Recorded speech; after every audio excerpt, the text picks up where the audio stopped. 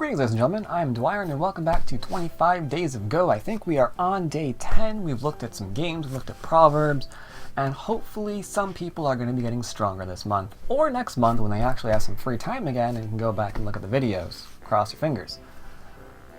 But for day 10, I thought before we go into more proverbs or more games or things like that, I want to go back and I want to make sure you're aware that Go is a very, very fluid game. And no matter how many proverbs you look at, there tends to be one thing out there that supersedes every proverb you can ever come across. I don't care how well you learn something, they have a they have a wonderful, wonderful exception, and that exception is Aji. Aji blows away every proverb. There's always an exception to pretty much every proverb, depending on the Aji. And let me give you an example, a nice clear-cut example. And to do this, we're going to play here, which you wouldn't open up. Let's go ahead and do this one. We got that, so we've activated the potential for this. We're going to go ahead and just play here. Wait, I think I'm wrong. Nope, we're playing here. There we go. Let's play this way.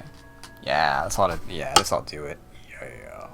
Alright, so here's something fascinating. And the reason why sometimes professional level play is a little bit annoying to go over.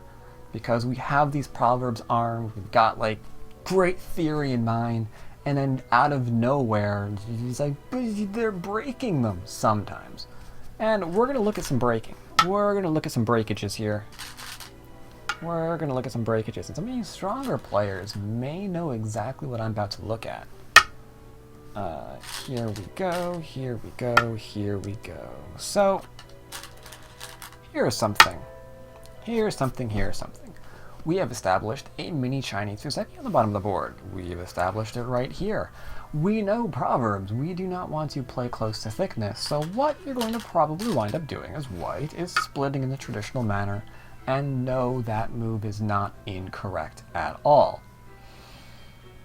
However, it does bear mention that if you were to play this and your opponent does not split in the traditional manner, maybe your opponent decides to play this, your first response shouldn't be, oh my god, I totally got this guy, he's playing too close to my thickness, and I know from Mr. Glasses over there that this is bad.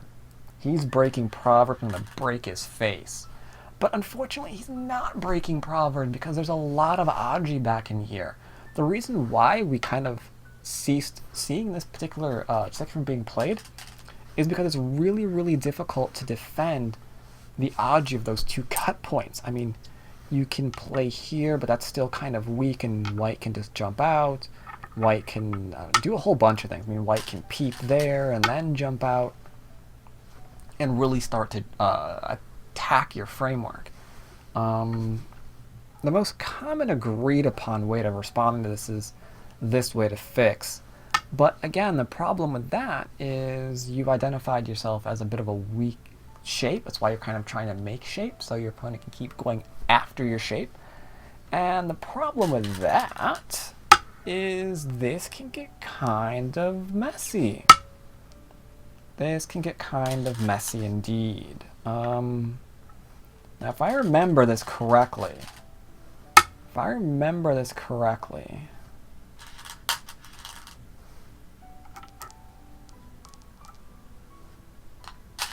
I'm not saying I do. Yeah. Something a bit like this. We're going to have to go, we're going to have to do this. We have to make sure we're not going to get cut through. And then our opponent can use this newfound influence to attack us. And the problem here is if we actually play these Joseki out as you would normally expect to,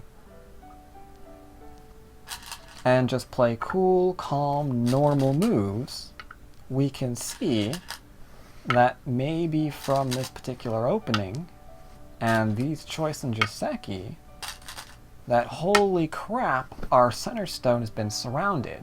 And it was surrounded by white playing right next to what we were hoping was thickness, but it really wasn't thickness because there was Aji present. And because there was Aji present, depending on how that fight goes, you might get influenced and suddenly get counterattacked. Despite knowing all the Joseki, all the proverbs, you can wind up in a position like this because of Aji. So let's take a look at some other wonderful examples that just piss us off by the fact that Aji just kind of wrecks proverbs. This one's another very, very common. I'm trying to use very common examples. The mini Chinese, if you try to build it off the wall, that's something that you're probably going to see, so it's a fairly common one. Let's look at another fairly common one. What am I looking for? Oh, I had it a minute ago. I had it just before I played the stone.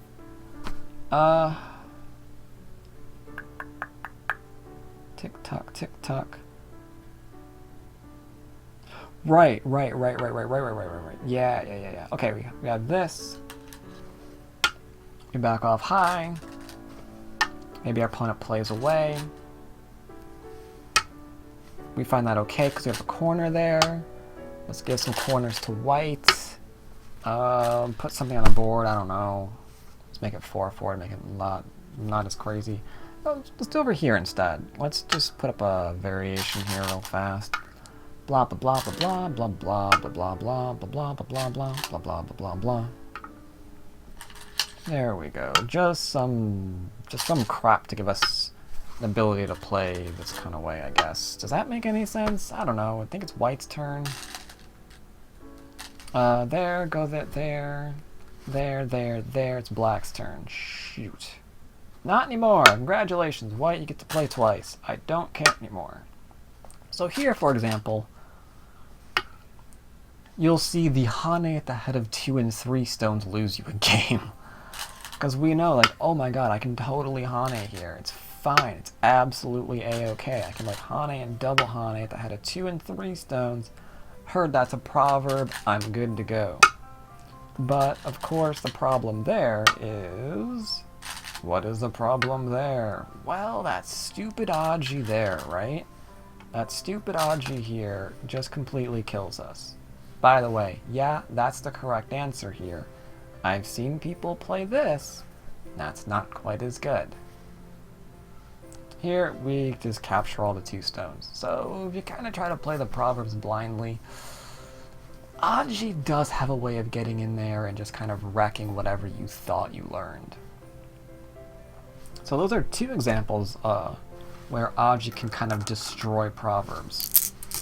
Now there is one other that I'm going to go over, and I promise you if you try to initiate this in your games, unless you're really good and can read, you're going to lose, so don't do this. But I'm just going to show it because it's funny. One proverb I'm not going to go over ever in this particular series is something like this. You can see what we're seeing here, can you not? Oh, yes, you can. You know what, let's give it this. Let's give it that. This is not making any sense, but that's quite okay. I don't really care at all. Maybe we did this and this too. Yeah, and then we got them jumping out and jumping out and jumping out. And I don't know why we got these on both sides. I don't know why we got these on both sides, but we did. Somehow we got them on both sides. Maybe there's a group over here. Yeah, there's a group over here. And we were like attacking that too or something. I don't know. We don't even care. We don't even care what's going on right now. But let's say this group is like really worried about getting poked through. So, all right, let's stop right there. So right now, the proverb says, don't try to do Don't try and do this. Do not try to cut through a 1-point jump. It's not a good idea, but the amount of games that I've gone over that I've seen professionally where it actually does kind of work are funny, so we're not actually going to pay attention to that proverb.